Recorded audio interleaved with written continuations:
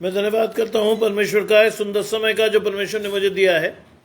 मैं विशेष धन्यवाद करता हूं प्रभु में मेरे भाई अनुपम डेविड, अपनी भाभी शबनम डेविड जी का, जिन्होंने मौका मुझे दिया कि मैं आपके समक्ष उपस्थित हो सकूं और हम सब परमेश्वर के वचन में चलकर कुछ सीखने वाले हों।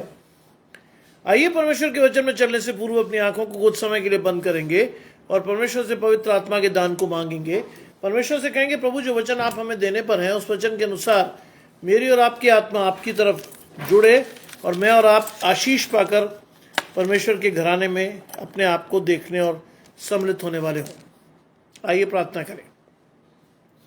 तमाम आशीषों को देने वाले परमेश्वर यीशु मसीह में हमारे बाप और खुदा, हम धन्यवाद करते हैं सुंदर अवसर के लिए जो कि आपने हमें दिया है।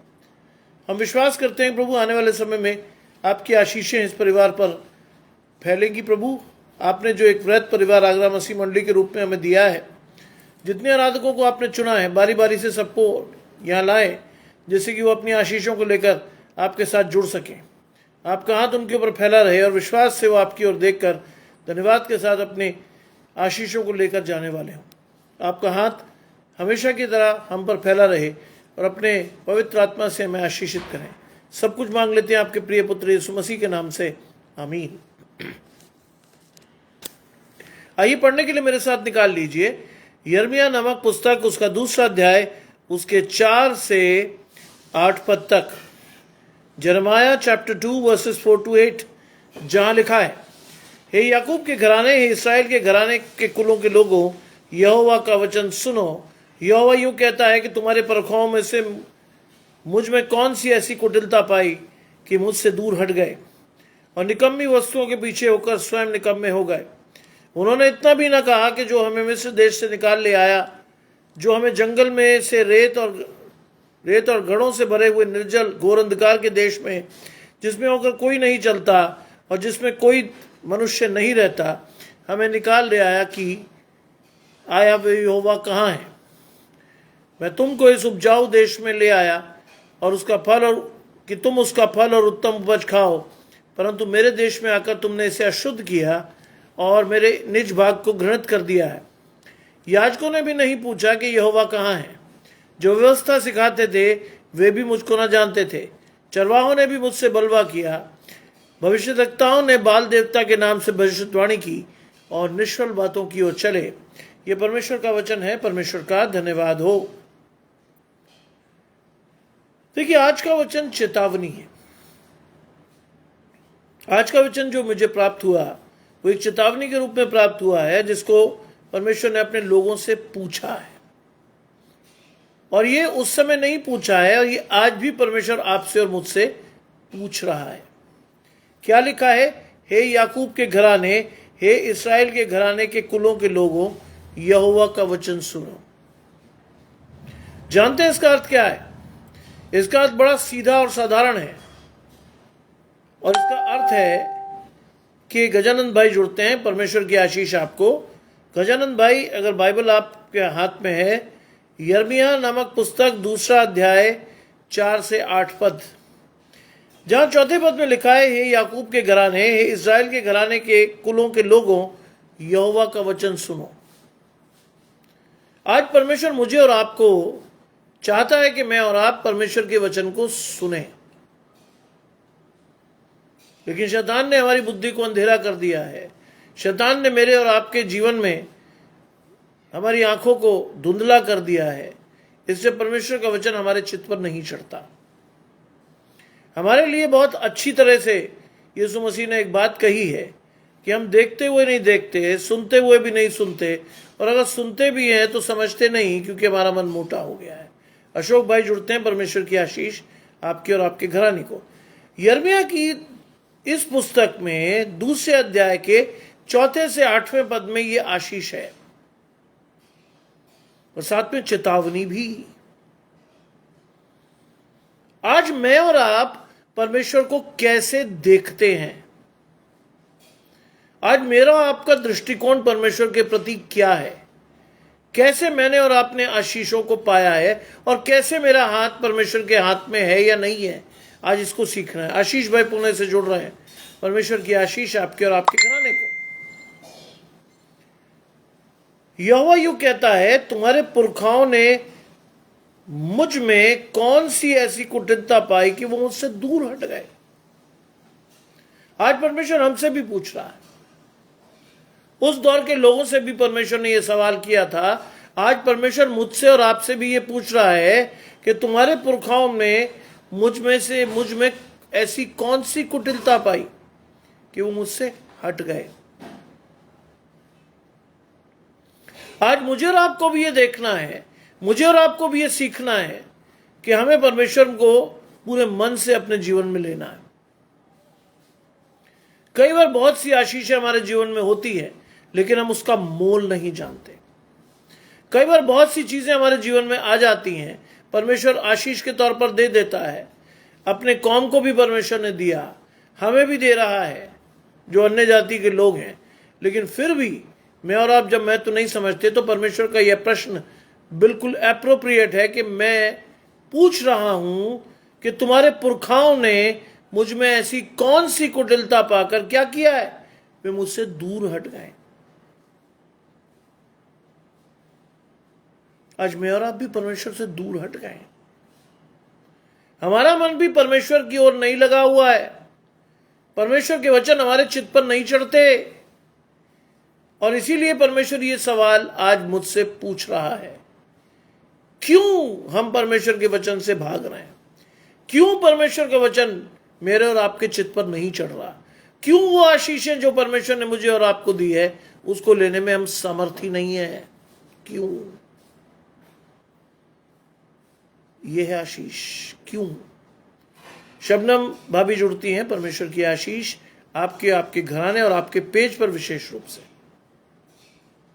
क्यों हम आज परमेश्वर के पास नहीं है?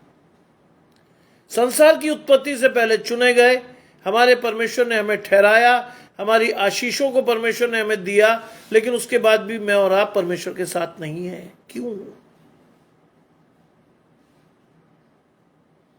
क्यों आज मेरे और आपको, मेरे पुरखाओं को शैतान अहेर कर ले गया? जो परमेश्वर के लिए चुने गए थे, परमेश्वर की आशीषें पाए हुए लोग थे, आज वो शैतान के साथ दिख रहे हैं। क्यों? आज इस सवाल को परमेश्वर आपसे और मुझसे पूछ रहा है। आज इस सवाल के द्वारा मुझे और आपको देखना है अपने जीवनों में हम क्यों हटे। क्या ऐसी चीज थी जो मुझे और आपको परमेश्वर से हटा कर ले गई? वो लिखा है, और निकम्मी वस्तुओं के पीछे होकर स्वयं भी निकम्मे हो गए। आज मेरा और आपका मन जब परमेश्वर से हट जाता है, तो जाहिर सी बात है कि वो ऐसी चीजों पर लगता है जिसका परमेश्वर की दृष्टि में कोई मोल नहीं है। हम में से कई लोग ऐसी चीजों पर अपना मन लगाते हैं जिन पर मन लगाना व्यर्थ है। सबोपदेशक को पढ़िए, उसमें हर चीज की व्यर्थता बताई गई है। लेकिन आज भी मैं और आप क्या हैं? बड़ी शिद्दत से उन निकम्मी वस्तुओं के पीछे लगे हैं जिनका परमेश्वर के जीवन में होना व्यर्थ है। हमें से बहुत सारे लोग, बुरा मत मानिएगा, हमें से बहुत सारे लोग तो इमेजिनरी चीजों के पीछे लगे हैं। हमारा मन व्यर्थ की कल्पनाएं करता है, हमारा जीवन व्यर्थ की चीजों पे बहुत ज्यादा मन लगाता है। हमें से बहुत सारे लोग क्या कहते हैं जानते हैं? मेरा बच्चा आने वाले समय में क्या करेगा, क्या होगा उसका, क्या पढ़ रहा है, क्या परमेश्वर उसको देगा, और ऐसी व्यर्थ की बातें क्या होती हैं, मुझे और आपको शैतान से जोड़कर परमेश्वर से दूर ले जाती है। हम निकम्मी वस्तुओं पर आज भी मन लगा रहे हैं। बाइबल में लिखा है, तुम चिंता करके अपने जीवन की अवस्था की एक भी घड़ी नहीं बढ़ा सकते, एक भी नहीं। अपनी चिंताएं परमेश्वर को पर डाल दो, वही तुम्हारे मनोरथों को पूरा करेगा। आज हम बड़े चिंतित होते हैं, और कई बार हम बड़े जेन्युइन तरीके से अपनी चिंता दिखाते हैं। जानते हैं, वो जो जेन्युइन चिंता होती ना, वो परमेश्वर की ओर से नहीं आती। शैतान मेरे और आपके जीवन में डालकर मुझे और आपको कब परमेश्वर से दूर ले जाता है, कब मेरा और आपका मन निकम्मी वस्तुओं पर लगकर परमेश्वर से भटक जाता है, नहीं पता।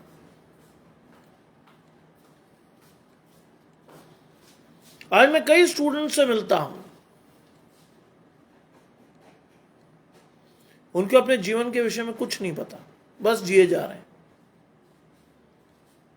आज आपको पता होना चाहिए कि जीवन में आपका उद्देश्य क्या है, क्यों है आप मसीह के साथ, क्यों जोड़ा है मसीह ने आपको, क्यों जो मसीह के साथ जुड़कर आपको क्या आशीषें मिल सकती हैं।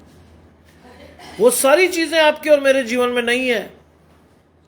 मेरे जीवन में है तो है शैतान के द्वारा तरह तरह की चालाकियां और फंदे, जिसमें मैं और आप फंसकर कब विनाश की गर्त में चले जाते हैं। आज परमेश्वर आपसे और मुझसे पूछ रहा है, और ये आपकी और मेरी स्थिति नहीं, हमारे पुरखाओं से ऐसी स्थिति। क्या लिखता है कि तुम निकम्मी वस्तुओं के पीछे होकर स्वयं भी निकम्मे बन गए। आज हम निकम्मे हो जाते हैं, हमें पता ही नहीं होता क्या कर रहे हैं हम। लिखा है उन्होंने इतना भी नहीं कहा। कई बार मेरे और आपके जीवन से जब धन्यवाद नहीं निकलता, परमेश्वर की आशीषें बहुत सारी होती हैं लेकिन धन्यवाद नहीं देते, तो क्या होता है? परमेश्वर का सवाल होता है, उन्होंने इतना भी नहीं कहा। क्या? जो हमें मिस्र देश से निकाल आया, जो हमें जंगल में और रेत के गढ़ों से भरे हुए निर्जल और घोर अंधकार के देश में से निकाल लाया, जो हमें मिस्र देश से निकाल लाया। आज सोचिए, परमेश्वर आपको बंधुआई से निकाल लाया। हाँ, पर मैं तो कहेंगे तरसेम जी जुड़ते हैं, परमेश्वर की आशीष आपके और आपके घराने को। जानते हैं, आप कहेंगे साहब मैं बंधुआई में कब था? ये तो इज़राइल की बात हो रही है, ये याकूब के घराने की बात हो रही है, लेकिन आप और मैं आज भी बंधुआई में हैं। आज भी आप और मैं बंधुआई में हैं, शैतान की बंधुआई में हैं, अपनी आदतों की बंधुआई में हैं। मुझसे और आपके जीवन से वो आदतें जाती नहीं। यदि परमेश्वर हमें ना छुड़ाए तो मैं और आप कब के नष्ट हो जाएं? कब के? अंग्रेज भाई जुड़ते हैं, परमेश्वर की आशीष आपके और आपके घराने को। अगर परमेश्वर ना छुड़ाए, मैं और आप कब के नष्ट हो जाएं? आज का दिन अगर हम देख पा रहे हैं, आज की आशीषें मुझे और आपको दिख रही हैं, it is because of God. परमेश्वर का अनुग्रह है जिसकी वजह से आज का दिन दिख रहा है। मान लीजिए अगर परमेश्वर का अनुग्रह ना होता तो मैं और आप आज का दिन तो देख ही नहीं सकते थे। और लिखा है कि उन्होंने इतना भी नहीं कहा जो हमें मिस्र देश से निकाल लाया। धन्यवाद नहीं है मेरे और आपके जीवन में, धन्यवाद है ही नहीं। हमें लगता है ये तो परमेश्वर का कर्तव्य था जो निकाल लिया उसने। जी नहीं, परमेश्वर का कर्तव्य नहीं था। परमेश्वर को आपको निकालना पड़ा। क्यों? क्योंकि परमेश्वर किसी को नाश होते देखकर खुश नहीं होता। लेकिन आप और मैं अगर ये सोचते हैं कि परमेश्वर ने इसको अपने लिए किया तो गलत है। परमेश्वर किसी को नष्ट होते नहीं देख सकता। लेकिन मेरी और आपकी बुद्धि पर अगर पर्दा पड़ा हुआ है, मेरे पुरखाओं की बुद्धि पर पर्दा पड़ा हुआ था, तो ये उनकी गलती थी, परमेश्वर की नहीं। ताराचंद भाई जुड़ रहे हैं, परमेश्वर की आशीष। यिर्मयाह 2 अध्याय 4 से 8 पद पर मनन कर रहे हैं।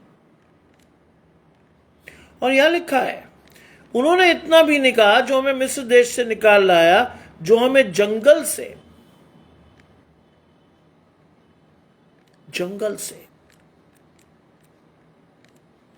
ऐसी जगह जहां मृत्यु बहुत करीब होती है। कहीं से भी मृत्यु आपके और मेरे जीवन में आ सकती है, परमेश्वर वहां से भी निकाल कर लाया। सत्यानाश के घड़े से उबारा, सकेती से उबारा, जंगल में से परमेश्वर लेकर आया।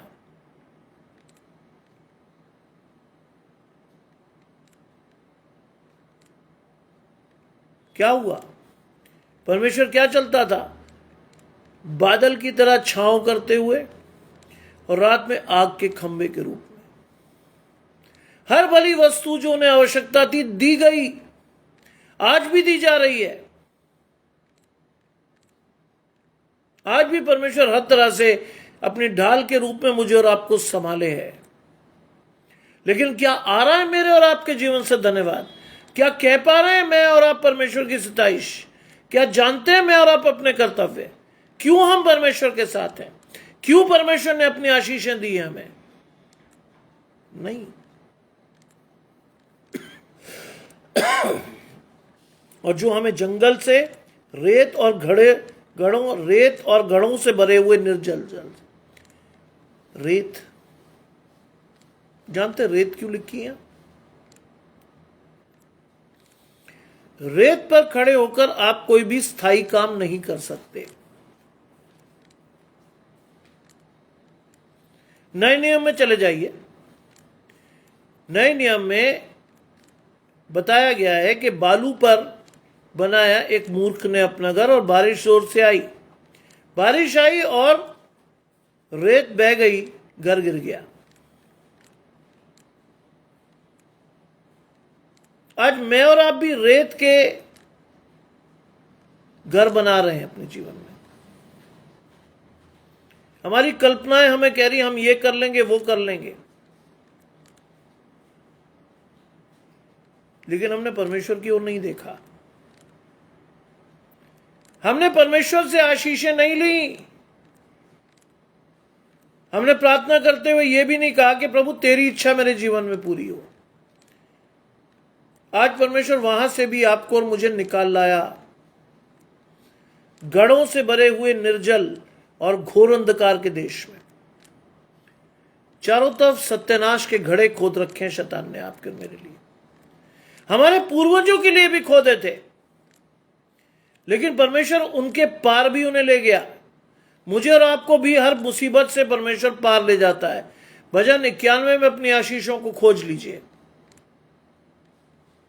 Psalm 91 says कि क्या हुआ? चाहे मेरी ओर 1 और 1000, चाहे दूसरी ओर 10,000 गिने, लेकिन कोई विपत्ति मेरे पास नहीं आएगी। कब? जब परमेश्वर का हाथ मेरे साथ होगा, परमेश्वर की आशीषें मेरे साथ होंगी, कोई विपत्ति नहीं आएगी।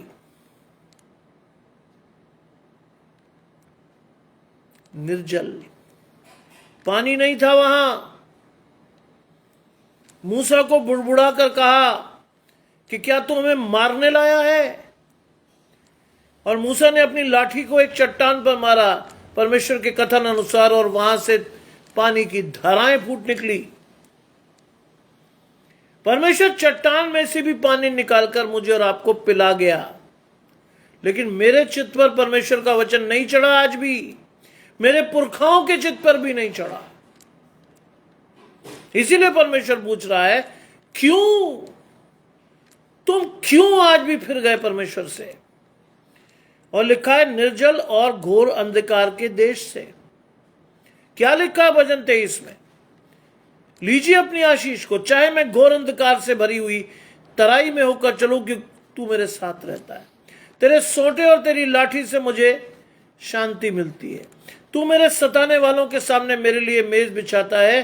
तूने मेरे सिर पर तेल मला है। निश्चय भलाई और करुणा जीवन भर मेरे साथ रहेगी, और मैं यहोवा के धाम में सर्वदा वास करता रहूंगा। ये आशीषें हैं।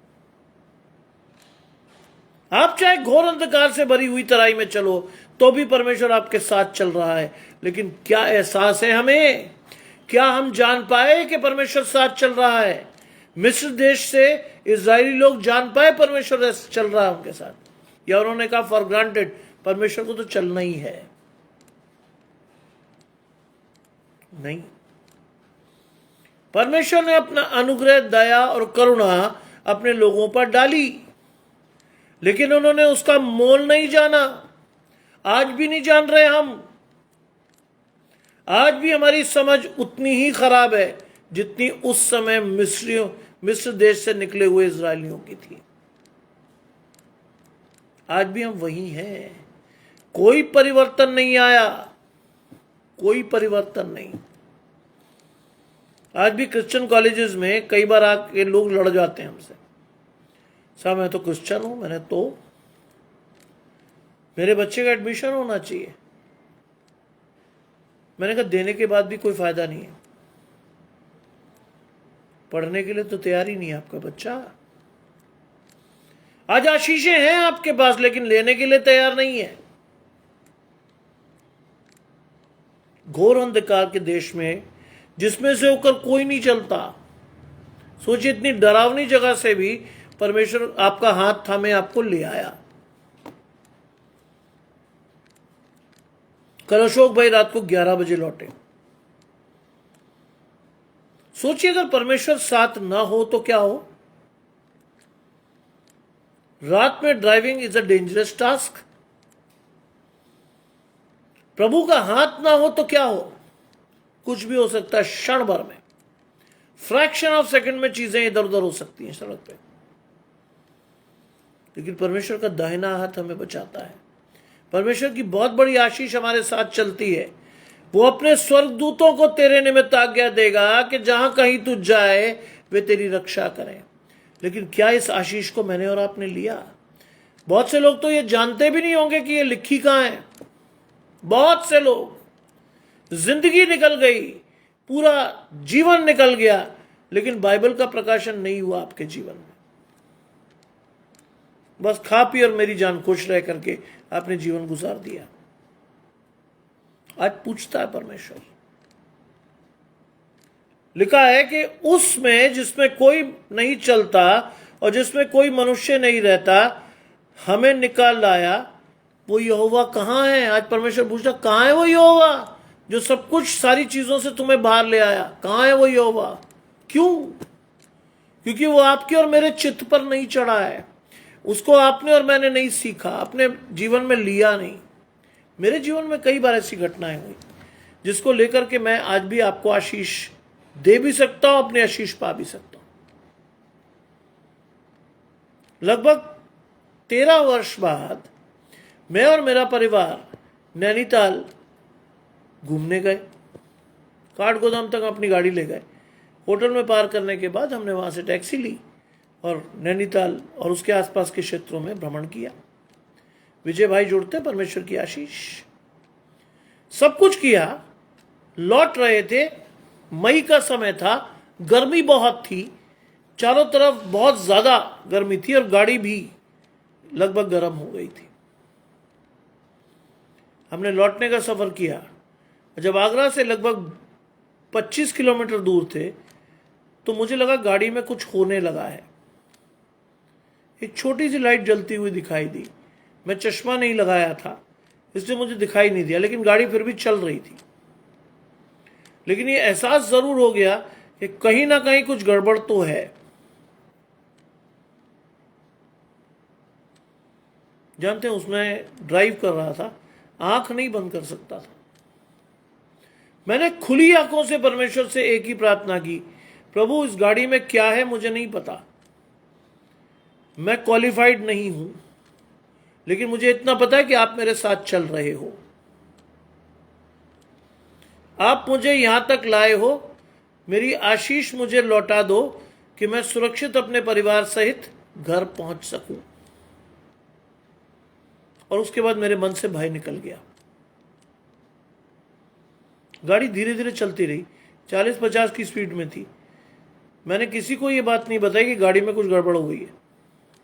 चलते रहे। 2 बार मेरे छोटे बेटे ने मुझसे पूछा, स्लो क्यों चल रहे हो? अब मैं उसे क्या बताता कि गाड़ी स्पीड पकड़ ही नहीं रही है। लेकिन हम जैसे तैसे आराम से, कोई प्रॉब्लम नहीं हुई, हम आराम से घर पहुंचे। घर में जैसी गाड़ी रुकी, मैंने आंख बंद करके परमेश्वर को धन्यवाद किया। मैंने कहा, परमेश्वर तू ले आया। अगर गाड़ी रुक गई होती उस भरी दोपहरी में, तुम्हारी कोई मदद करने वाला होता नहीं। लेकिन परमेश्वर आप ले आए। घोर अंधकार से भरी हुई तराई में, ऐसी जगह पर जहां हम फंस सकते थे, क्योंकि परिवार साथ था, दिक्कतें हो सकती थी, लेकिन आप निकाल ले आए। ये धन्यवाद का विषय था। उसके बाद मैंने घर में घुसकर घर खोला, घर सुरक्षित पाकर मैंने फिर धन्यवाद किया कि प्रभु हम 8 दिन नहीं थे लेकिन आपने सुरक्षित रखा। मैंने अपना चश्मा लिया, गाड़ी में फिर बैठा और गाड़ी को स्टार्ट करके मैंने उस लाइट को पढ़ा, मेरे होश उड़ गए। वो लाइट थी इंजन की, इंजन लिखा हुआ रहा था छोटा छोटा। और ये आशीष मैं आपको इसलिए दे रहा हूं कि परमेश्वर हमें निकाल लाया, लेकिन हमारे मन में धन्यवाद नहीं है।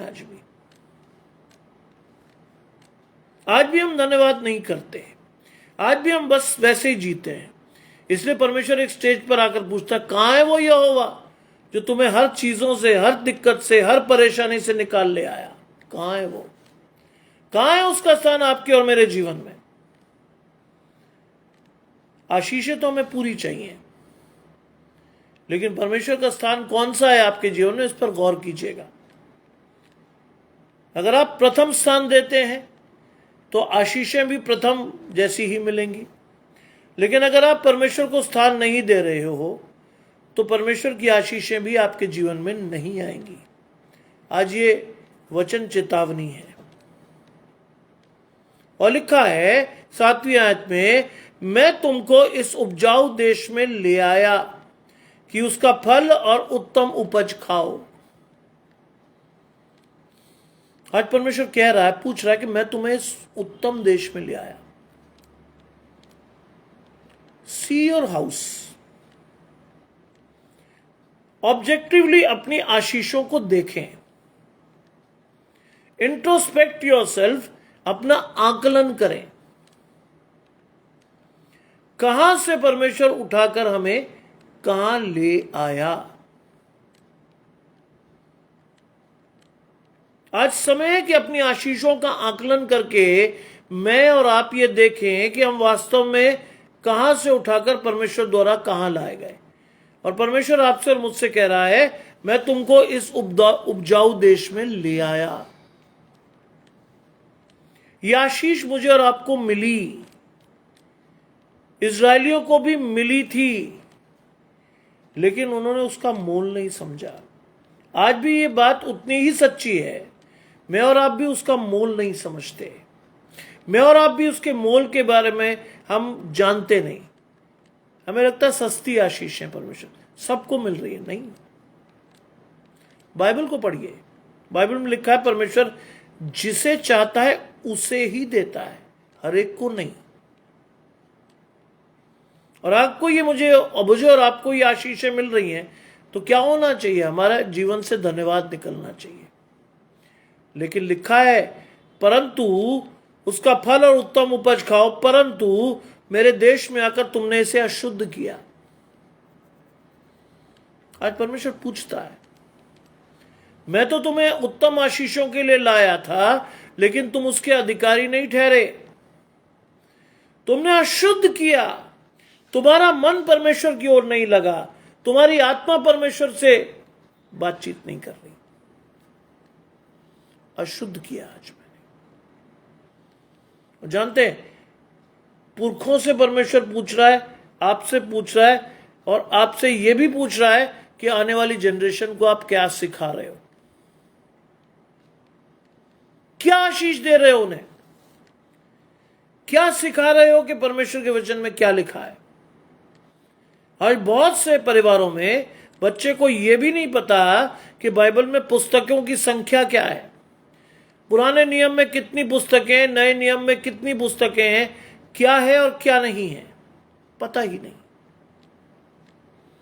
आज आपका बच्चा बहुत होशियार हो सकता है, आज आपका बच्चा सांसारिक रूप से सफल भी हो सकता है, लेकिन अगर वो परमेश्वर के पास नहीं है, जानते हैं वो सफलता अस्थाई है। परमेश्वर की मोहर उस पर नहीं है तो वो सफलता स्थायी नहीं है, अस्थाई सफलता है, क्योंकि आपने और मैंने उसका मोल नहीं जाना, हमारे पुरखाओं ने मोल नहीं जाना, और आज उस मोल को न जानते हुए मैं और आप भी अपने बच्चों को वो आशीष नहीं दे पा रहे जिसके वो अधिकारी हैं। सोचिए, क्या कर रहे हैं हम? क्या करना चाहिए आपको और मुझे? और लिखा है, और मेरे इस निज भाग को घृणित कर दिया है।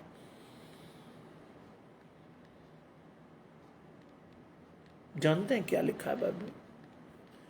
जब तुम पवित्र स्थान में घृणित वस्तुओं को खड़े हुए देखो तो जान लो कि परमेश्वर के आगमन का समय निकट है। आज हो रहा है, आज हो रहा है ये चीजें। आज जो चीज इसमें यहां लिखी थी वो आज हकीकत में हो रही है। सैटेनिक चर्चेस बन रहे हैं, उल्टी क्रॉस दिखाई दे रही है, बाइबल को रोंदा जा रहा है, और मैं और आप इसे बड़ी लालसा और चाव से कर रहे हैं। आपको और मेरा सवाल होगा, साहब मैं तो ऐसी किसी जगह जाता नहीं, मैंने तो कभी देखा नहीं, मैं तो साहब परमेश्वर के साथ जुड़ा हूं। लेकिन अगर आप और मैं आज्ञा उल्लंघन कर रहे हैं, आप और मैं उस आशा के साथ जीवन नहीं जी रहे, तो हम भी उन्हीं के साथ हैं। मेरे और आपके चित्त में भी अगर परमेश्वर का वचन नहीं चढ़ा है तो मैं भी उन जैसा ही हूं।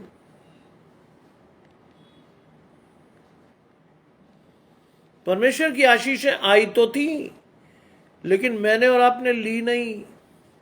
परमेश्वर ने हमें बहुत कुछ दिया तो था, लेकिन मैंने वक्त रहते उसका मोल नहीं समझा। परमेश्वर ने आपको और मुझे शुद्ध ठहराया था, लेकिन मैं और आप अपने जीवन में परमेश्वर की उस शुद्धता को ग्रहण नहीं कर पाए। देखिए गजानंद भाई, सैटेनिक चर्चेस पहले विदेशों में हुआ करते थे। दिल्ली में एक बहुत बड़ा चर्च खुला है, वहां क्रॉस को उल्टी रखते हैं, और ये कॉन्सेप्ट यहां का नहीं है, ये पूरे यूरोप में है। हिंदुस्तान में भी ये चीजें आ गई हैं, और वो क्रॉस को, उनका साइन है कि वो क्रॉस को उल्टा दिखाते हैं, यानी परमेश्वर के बलिदान को शोकित करते हैं। उल्टी क्रॉस। और वो इसमें बड़ा आनंद लेते हैं। शैतानी चर्च इसमें आनंद लेता है। वहां पर आराधना होती बड़ी लंबी चौड़ी, बहुत से अनुयायी हैं। हिंदुस्तान में भी इसका प्रसार बहुत तेजी से हुआ। अब इन्हें एंटी क्राइस्ट कहते हैं। बाइबल को ये पैरों के नीचे रखकर कुचलते हैं। सोचिए, वो बाइबल जिसे परमेश्वर ने मिट्टी के बर्तनों में खजाने के रूप में हमें दिया, आज वो रौंदी जा रही है। आज वो रौंदी जा रही है शैतान के चर्च में। मैं और आप कहेंगे कि साहब मैं और आप तो ऐसा कुछ कर नहीं रहे, लेकिन आज्ञा तो हम भी नहीं मान रहे। हमारा चित्त भी परमेश्वर के साथ नहीं जुड़ा। मैंने आपने अपने बच्चों को वो नहीं सिखाया जो हमें सिखाना चाहिए था। आज मेरे और आपके बच्चे भी संसारिक लालसाओं में फंसकर क्या जाने कब ऐसी किसी इंस्टीट्यूशन में चले जाए, क्या जाने। सोचिए कितना दुख का विषय होगा कि परमेश्वर ने हमें इतनी आशीषों के बाद, इतनी मुसीबतों के बाद बंधुआई से छुड़ाया, शैतान से छुड़ाया, इतनी बुरी बुरी जगहों से मुझे और आपको निकाल लाया, लेकिन मैं फिर वापस वहीं घुस गया। फिर मैं आप वहीं चले गए जहां जाने की मनाही थी। एंटी क्राइस्ट तो तब भी हो गया था जब आदम और हवा ने उस प्रतिबंधित फल को खाया था। शैतान की आज्ञा तो तब भी मान गए थे वो, इसीलिए निकाल दिए गए अदन की वाटिका से। मिले कई श्राप, आज्ञा नहीं मानी थी। आज मैं और आप भी आज्ञा नहीं मान पा रहे। मैं और आप भी अपनी आशीषों को नहीं ढूंढ पा रहे। मैं और आप भी अपने जीवन में वो चीज नहीं ले पा रहे जिसके लिए हम ठहराए गए हैं।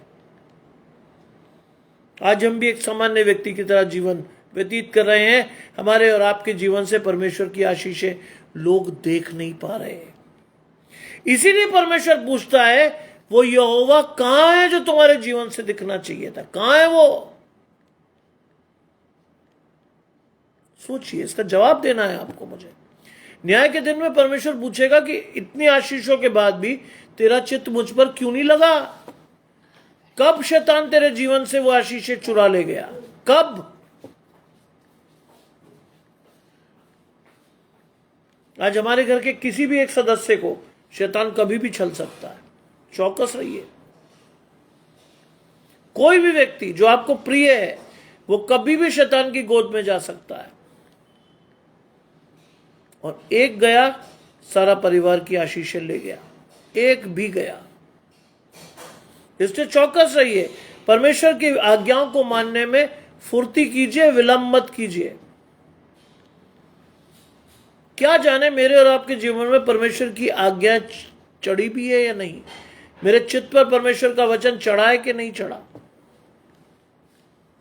सोचिए, इंट्रोस्पेक्ट कीजिए, कहां हूं मैं और कहां होना चाहिए था मुझे।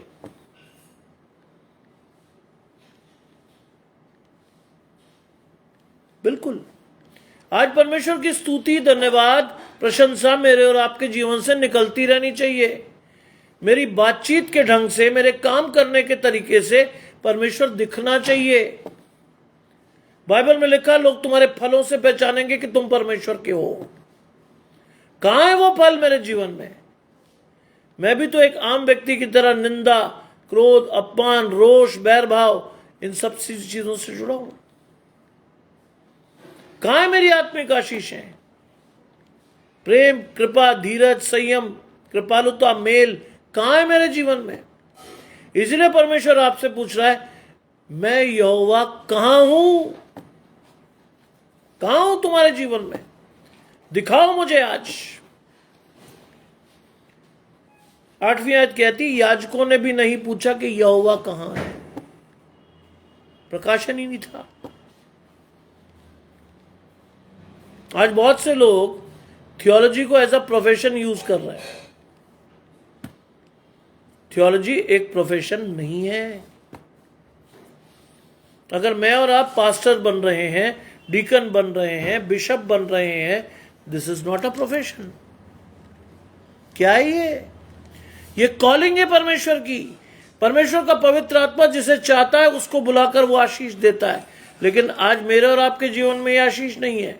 बुरा मत मानिएगा। हम पास्टरशिप कब चुनते हैं? कब? जब हमें लगता है कुछ हो नहीं पाएगा हमारा, तब।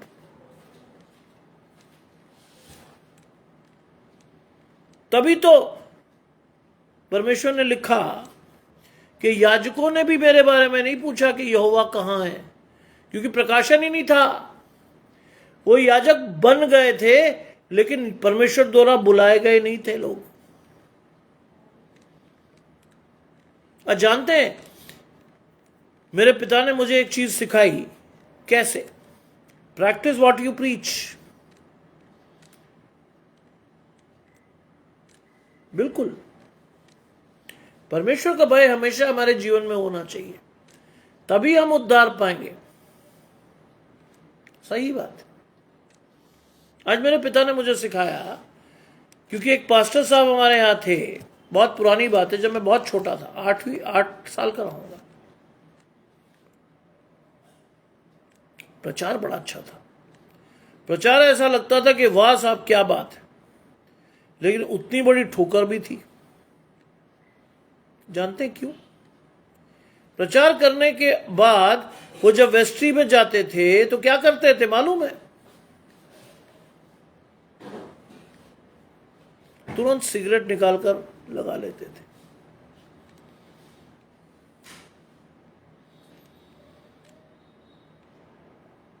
मेरे पिता जब भी सहारनपुर आते, चर्च जाना हमारे जीवन का एक उद्देश्य है। सबत का दिन हमारे घर में बहुत पवित्र माना जाता है। हम जब तक चर्च ना जाएं, हमें नहीं लगता कि दिन पूरा हुआ, आशीषें आई नहीं। इसलिए, और जब उन्होंने लगातार इस चीज को देखा तो उन्होंने धीरे से मुझे एक चीज सिखाई। पता नहीं क्या प्रकाशन रहा होगा, उन्हें क्या लगा हुआ कि ये बच्चा शायद प्रीच करेगा या नहीं करेगा। 8 साल के बच्चे को क्या पता, लेकिन शायद मेरे पिता को पता था। उन्होंने मुझे 8 साल की उम्र में ये सिखाया, प्रैक्टिस व्हाट यू प्रीच।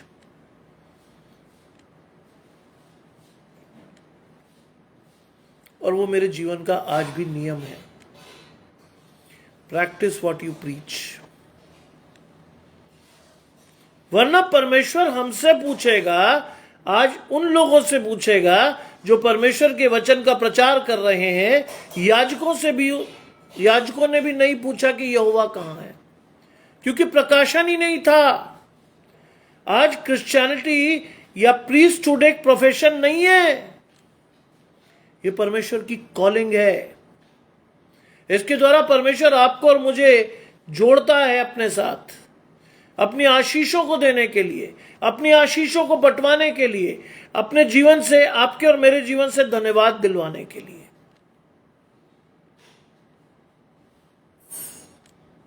लेकिन आज वो भी सुरक्षित नहीं है। वहां भी लोगों ने अपनी जड़ें जमा ली हैं। वहां भी परमेश्वर की उत्तम आशीषें नहीं दिख रही लोगों को। आज दिख रहा है शारीरिक और सांसारिक लालसाएं।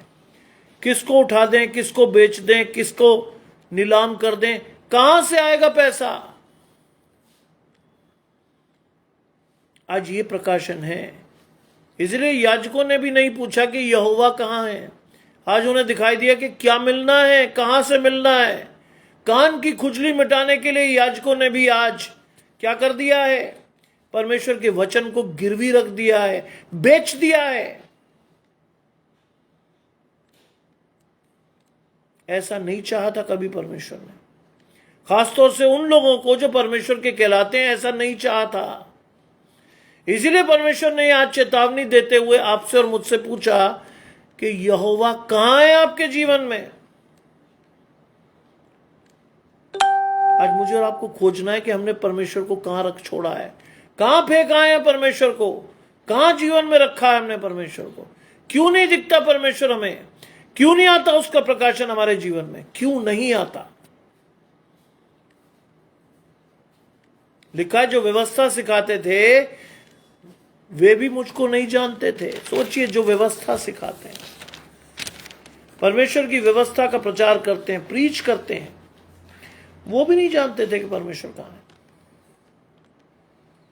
और ये तब भी सत्य था, आज भी सत्य है, और आज इस सत्य को बहुत बड़े रूप में देख रहे हो आप, क्योंकि परमेश्वर का आगमन निकट है। आज बहुत बड़े रूप में देखने को मिल रहा है ये चीज आपको। बुरा मत मानिए, ये सच्चाई है। यस, आशीष भाई ने बहुत अच्छा लिखा, भजन संहिता 128:1 में लिखा है, क्या ही धन्य है हर एक जो यहोवा का भय मानता और उसके मार्गों पे चलता है। जानते ये इस आशीष के पीछे क्या आशीष है? वो परमेश्वर को देखने पाएगा। ये है आशीष। जब मैं और आप भय मानते हो, मानकर चलते हैं, तो क्या होता है? नियत समय पर परमेश्वर का हाथ हमें शिरोमणि करता है, उठाता है। लेकिन अगर मैं और आप नहीं मान रहे, तो ये लिखा है, जो व्यवस्था भी सिखा रहे थे उनको भी नहीं पता था कि परमेश्वर कहां है। बहुत से लोग मिलेंगे आपको, उनका प्रकाशन परमेश्वर के साथ नहीं होगा। आज वो भी हफ्ते भर बैठकर किताबों को इधर उधर पलट कर क्या करेंगे? परमेश्वर का वचन राइट डाउन करेंगे। क्यों?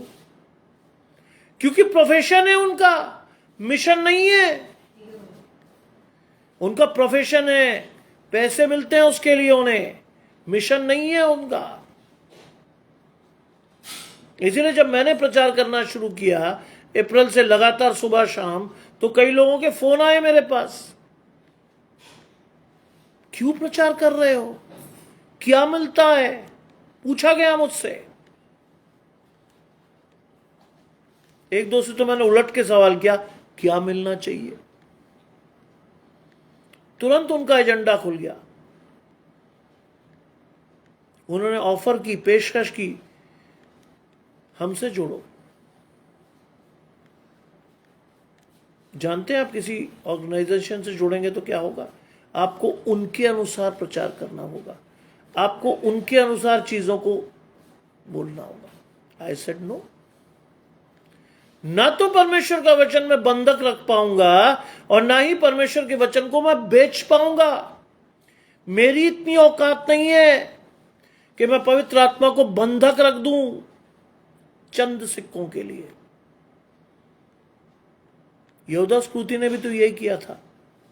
यीशु मसीह के प्राण को वो 30 चांदी के सिक्कों में नीलाम कराया था, और जैसी प्रकाशन उसके जीवन में आया, उसने क्या किया? आत्महत्या कर ली।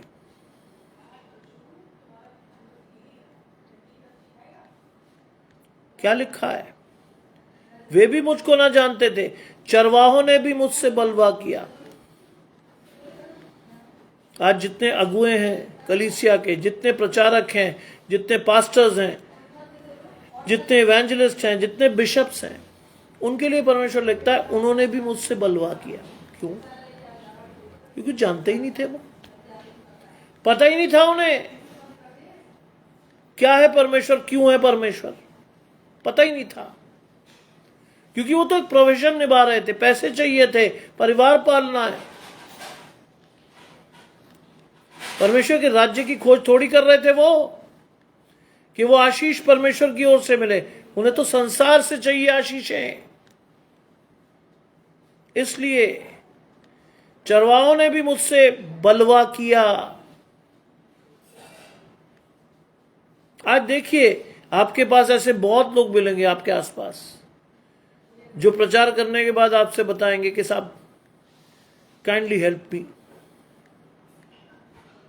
क्यों? प्रकाशन नहीं है, प्रोफेशन है। प्रकाशन वाला आदमी कभी नहीं कहेगा आपसे कुछ दो। मांगने के लिए परमेश्वर है, उससे मांगो जो बिना उलाना दिए सबको देता है, और आपको और मुझे दिया जाएगा। लिखा है भविष्यद्वक्ताओं ने बाल देवताओं के नाम से भविष्यवाणी की। आज हमारी भविष्यवाणी भी ऐसी होती है। दूसरे देवताओं की तरफ मुड़ जाते हैं, परमेश्वर को छोड़ आते हैं। आज हमारा दर्शन करप्टेड है। आज हमारा देखने का तरीका परमेश्वर को बदल गया है। मैं और आप कानों की खुजली मिटा रहे हैं। आज बुरा मत मानिएगा, कानों की खुजली मिट रही है आज। दुख का विषय है ये, और इसीलिए परमेश्वर इस वचन को पूछ रहा है आज कि उन्होंने बाल देवता के नाम से भविष्यवाणी की। कर रहे लोग, जानते हैं आज बहुत से लोगों ने अपने नाम के सामने प्रॉफिट शब्द लगा लिया है। प्रॉफिट, उन्हें मालूम ही नहीं है कि भविष्यद्वक्ता है क्या चीज। बाइबल में भविष्यद्वक्ता की क्वालिफिकेशन क्या है? भविष्यद्वक्ता वो व्यक्ति था जो परमेश्वर से सीधे बातचीत कर सकता था। क्या कर पा रहे हैं मैं और आप? नहीं। हमने अपने नाम को चमकाने के लिए अपने नाम के सामने प्रॉफिट शब्द को यूज किया है। आप दुनिया को मूर्ख बना सकते हैं, परमेश्वर को नहीं। आप दुनिया को मूर्ख बनाइए, खूब बनाइए, लेकिन परमेश्वर के लिए या परमेश्वर की पवित्र आत्मा और परमेश्वर के विरुद्ध अगर आप कुछ कर रहे हैं, सजा से नहीं बचेंगे। मैं नहीं कह रहा हूं, बाइबल में लिखा है साफ साफ, और लिखा है और निष्फल बातों के पीछे चले।